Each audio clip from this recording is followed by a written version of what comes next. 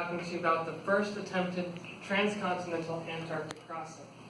In the 1930s, Sir Raymond Priestley, an Antarctic explorer, was asked who he would like to return to Antarctica with if he was going to.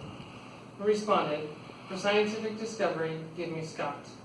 For speed and efficiency of travel, give me Amundsen. But when disaster strikes and all hope is gone, get on your knees and pray for Shackleton." Today I'll be talking to you about the first attempted trans-Antarctic crossing in the boat Endurance. I'll be talking about the sinking of Endurance, the subsequent voyage in the lifeboats, and the eventual rescue from Elephant Island. This is one of the greatest stories of survival from the 20th century, if not ever. About 2 years ago, I ran across a National Geographic story on it, and I went out and bought about 7 books on the subject and researched way too much about it.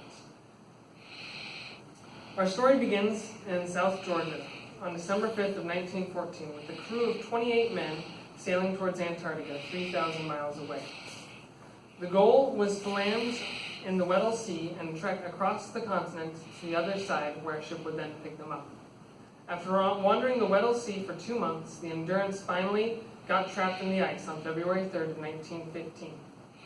The main concern when a ship is trapped in the ice is to prevent the ice from crushing the ship. So they had several hand tools, including mostly hatchets and shovels, to remove about 7 inches of ice surrounding the ship at all times. The Endurance floated nearly 1,000 miles through the ice, and an ice floe breached the hull on October 24th. On November 21st, 1915, Endurance slipped below the surface.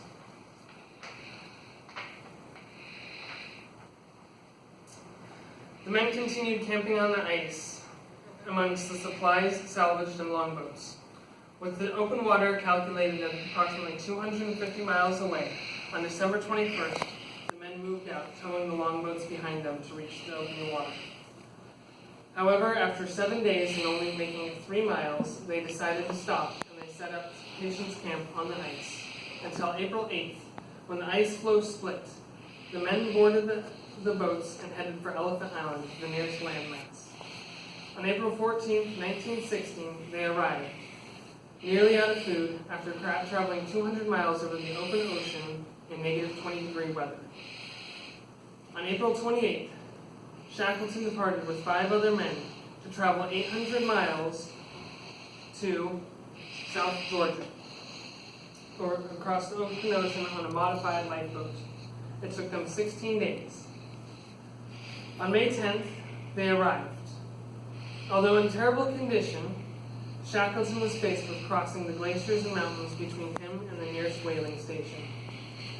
After 36 hours of grueling travel without food for the last 3 days, he was able to finally collapse in the whaling camp.